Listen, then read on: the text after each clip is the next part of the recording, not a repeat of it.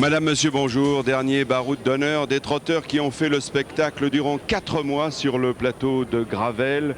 En dépit des conditions météo qui n'ont pas toujours été très favorables, très bonnes, eh bien, vous avez pu apprécier tous les cracks sur cette belle cendrée de cette piste magique de l'hippodrome de Paris-Vincennes. Alors on va se quitter aujourd'hui et avant de parler et d'aborder le quintet du jour, le prix de Bergerac, il y avait un très bon programme. Tout de suite on va commencer par le prix de sélection avec un épouvantail dans la course. C'est le meilleur de la génération des 4 ans, Gavroche-Perrine. Qu'a-t-il fait? Regardez les 500 derniers mètres avec Bruno Diel.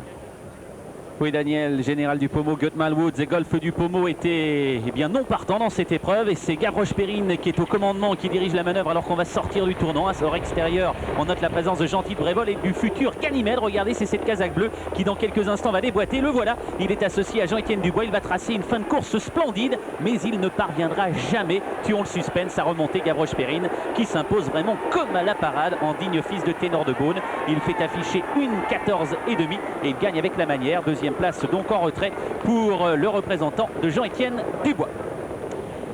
Et notre invité, c'est Bernard Desmontil. Vous allez bien comprendre dans quelques instants pourquoi. Bernard, un mot quand même. Gavroche-Perrine, il appartient à Jean-Baptiste Bossuet, mais c'est un super crack. C'est un phénomène. On l'avait vu la dernière fois dans une course départ l'Autostar où il s'était vraiment promené. Et là, aujourd'hui, il a amené la course à sa guise et c'est un cheval qui ressemble énormément à son père. Il a un peu les mêmes qualités. Il va devant, il peut faire la course et c'est un champion. Bernard, aujourd'hui vous êtes notre invité tout simplement parce qu'il y a le prix Henri Desmontil. On va retrouver les meilleurs chevaux sous la selle à l'exception de Dream With Me qui lui est déjà parti au Hara, m'a dit tout à l'heure Alain Roussel. Mais tout de même on va pas bouder notre plaisir. Et puis aujourd'hui c'est vrai, bon d'abord il faut dire un mot, ce prix porte le nom de votre père. C'était en remerciement d'un grand propriétaire et puis il a fait partie de l'institution. Il a fait partie de l'institution pendant une vingtaine d'années. Il s'est beaucoup occupé des courses, non seulement à Paris, mais en province. Et c'est en hommage à mon père qu'on a donné ce prix, son nom à ce prix-là. Alors Bernard, double émotion aujourd'hui parce que votre grande championne Arcadia tirait sa révérence, c'est sa dernière course. Oui. Oh, ému? Oui, ça fait toujours quelque chose quand on passe 8 ans avec une championne. De la voir courir pour la dernière fois. On va la suivre tout de suite dans les 300 derniers mètres, toujours avec Bruno Diel. Regardez ce qui s'est passé, c'est la casaque verte, regardez. Oui, elle avait une tâche ardue, regardez là, elle est en 8 ou 9e position à l'entrée de la ligne d'arrivée. Elle rendait 50 mètres à des concurrents qui s'élançaient devant elle. Et vous apercevez Bibanito qui a faussé compagnie à ses adversaires à l'entrée de la ligne d'arrivée. Il va continuer son cavalier seul et l'emporter avec beaucoup d'autorité. Douala, c'est la casaque jaune sur ses fins. Eh bien, doit laisser échapper la deuxième place au numéro 6, c'est Claire Dupin, c'est cette casaque bleue. Et au centre, vous apercevez Helicorne, casaque noire, toque jaune. Et regardez Arcadia, elle regagne énormément de terrain dans la phase finale. Malheureusement pour elle, elle ne pourra inquiéter les 3 premiers, Bibanito, Éclair du Pam et Helicorne. Emilio Balago se classera juste devant Arcadia. Alors Bernard, elle n'a pas gagné, mais comme elle finit vite. Oui, elle a très bien fini, mais bon, on sent que la jument est un petit peu émoussée. Elle a 10 ans et un petit peu de rhumatisme. L'année dernière, elle avait bien figuré dans ce prix Henri Desmontil. Oui, elle rendait 50 mètres à Rokiki, mais elle avait fini à sa hanche. Elle marchait 16,3, 2900 mètres. C'est le record de la piste actuellement. Alors justement, on vous a préparé un petit gâteau pour se quitter sur une bonne note. Regardez, c'était le grand souvenir, c'était il y a 2 ans, le prix de Cornulier. Vous allez nous le commenter ensemble, on va voir la dernière ligne droite. C'est simple, ils ne sont plus que 2. À la corde, il y a Arcadia et en pleine piste, il y a Courlis-Dupont. Oui, ça a été un moment extraordinaire. La jument a été en très grande forme tout l'hiver. Et j'avais changé de jockey, en l'occurrence, c'est Pierre Verva qui la montait. Et il s'en est débrouillé à merveille. C'était un grand moment. Et oui, d'autant que Arcadia n'était pas la favorite, c'était Courlis-Dupont. C'est donc, on va dire, la référence étalon de cette grande dame qui va devenir maintenant poulinière. Elle va devenir poulinière et elle va être présentée à Podosis, champion des étalons. C'est vrai que la Saint-Valentin est passée. Alors ça, c'est le premier fiancé? C'est le premier. Bon. Le deuxième, on verra. Bernard, merci. On a été très content de vous accueillir à ce micro. Tout de suite, on va donc s'intéresser au quintet du jour. Dernier quintet du meeting de Trot. C'est le Grand Prix de Bergerac et comme aurait dit notre ami Francis Huster qui il n'y a pas si longtemps était mon invité, pour le toucher il faut avoir du nez. Du nez, eh bien en voici un qui en a, c'est un crack. Yosko du Vivier, s'il n'avait pas eu ses petits problèmes de santé, il aurait pu être au départ de l'Amérique. Il est drivé par son pilote habituel, c'est Jos Verbeek. Il a collectionné les accessites d'honneur au cours de ce début d'année. Il a même gagné le prix du Luxembourg fin janvier. Bref, vous le voyez, à la cote, c'est le grandissime favori. Tout de suite, pour les commentaires, on retrouve Bruno Diel et Olivier Thomas.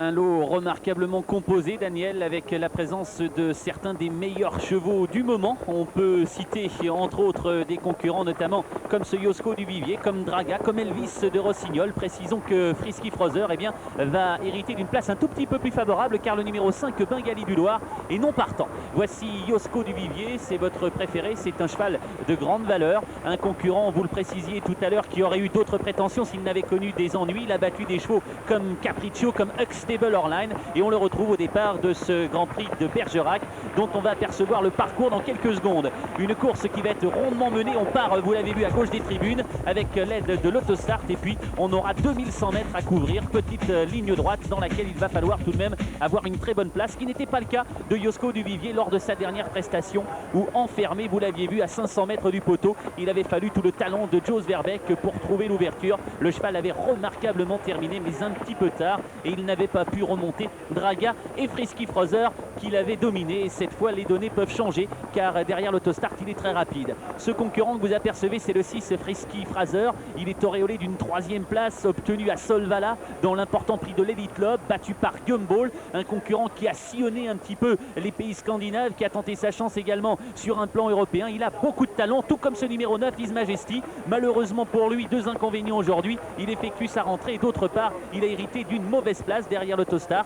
Un fils d'Idéal du Gazo qui aurait pu avoir une autre carrière s'il n'avait souffert d'ennuis de jambes. Il sera associé aujourd'hui à Nicolas Roussel. Voilà un de nos hongres préférés. Il s'agit d'Extra de la Loge, un cheval qui n'a peut-être pas encore retrouvé la plénitude de ses moyens. On l'a vu en effet bien se comporter, mais il n'est pas encore capable pour le moment de suivre plusieurs accélérations successives. Nul doute que Laurent Abrivard va ramener au mieux ce concurrent qui cette année a un beau programme devant lui. Elvis de Rossignol n'a couru qu'une seule fois au cours de l'hiver. C'est un cheval qui est pétri de qualité. Il possède une vitesse de base impressionnante et il en avait fait montre notamment le 6 septembre en s'imposant dans l'important prix de l'Étoile face à Escartefigue et à Fleuron Pèlerine. Vous l'avez vu, c'est un beau cheval, un cheval qui a été très ménagé par Joël Allais, c'est-à-dire qu'il l'a très peu couru, sa carrière ayant été menée avec beaucoup de circonspection.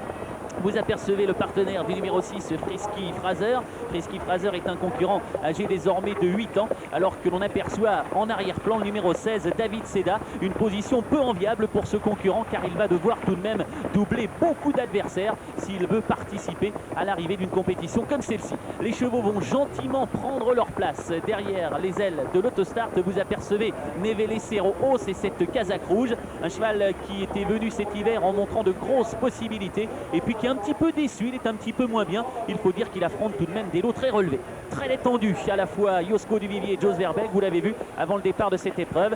Jos Verbeek qui va certainement attendre un petit peu qu'un concurrent sans doute plus véloce lui prenne le commandement, car Yosko du Vivier est beaucoup plus performant lorsqu'il attend. Parlons un petit peu de Draga. Sa cote a fondu sur le champ de course, elle est passée de 12 contre 1 à 7 contre 1, ce qui est assez rare compte tenu des enjeux importants joués au jeu simple sur ce genre d'épreuve. Et puis vous l'avez vu, les cotes vous ont appris que le 6 Frisky Frozer à 8 contre 1 et le numéro 7 Elvis de Rossignol à 6 contre 1 font partie de l'opposition directe au numéro 1 Yosko du Vivier. L'autostart qui va prendre en charge les différents concurrents se rassemble. Attention à Élysion, c'est la casaque Biel, une casaque noire toque rose, car elle avait tenté sa chance victorieusement en Suède, cela fait quelques années. On retrouve tout de suite pour les premiers mètres de course Olivier Thomas.